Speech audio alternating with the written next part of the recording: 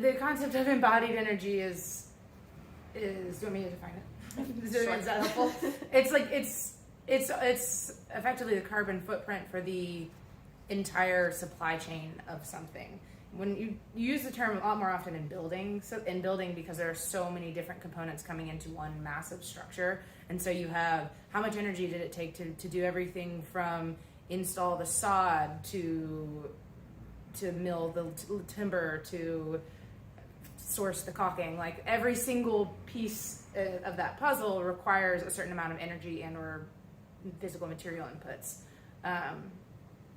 and we do that in consumer goods as well, but we talk about it more like a carbon footprint is the term that's just more commonly used, whether or not that's also a term that's being contested these days. But when we talk about whether or not the embodied energy of one product versus another in a space like the products we carry at Ware, is it more efficient for us to have medical grade silicone bags that can be used for decades if properly cared for, and used thousands of times, or is it better for us to be making plastic disposable bags right here that don't have to be shipped from anywhere and don't involve and those aren't two options we're offering at Ware, but those are the kinds of comparisons you look at when you look at the embodied energy of an entire supply chain.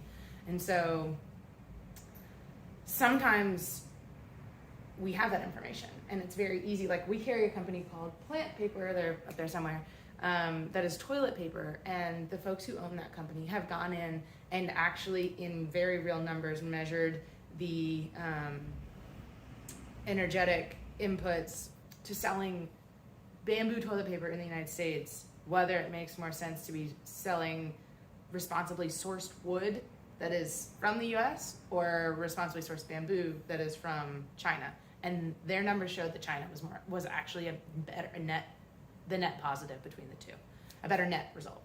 So sometimes we have that information, but that information for supply chains takes such an immense amount of labor to acquire, that it's often us kind of either guessing and or deciding what are our personal values and what do we care more about in this scenario. Do I care more about vegan products, or do I care more about local artisanry? I may care about both, but if I'm looking for a wallet, do I want to get this locally made leather wallet, or do I want to buy something that is vegan that is sourced from somewhere else? We're not going to get a number on whether or not one of those is more efficient from a climate impact perspective.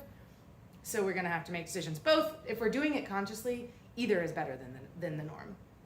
So that's a personal decision for a lot of times, I find. Yeah, there's a lot more that goes into this than I think consumers would realize. Absolutely. Even with our work, we have a bunch of committees, and one of them is a technology committee, and we'll talk about all the tech we need. And if we're talking about mining or waste or something, that might be bad to make EV batteries or whatever, but we also want everyone to drive EVs for the emissions part. So it's always just kind of measuring what you want to change. Absolutely, yeah. I have that conversation with folks a lot because, I mean, you need to mine coal in order to make solar panels. You need to mine coal in order to make anything in our phones. We don't have a lab-grown version of metallurgical grade coal anymore, or yet, rather.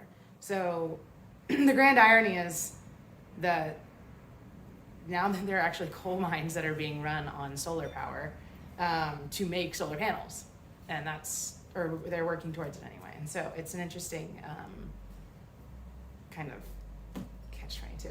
Yeah.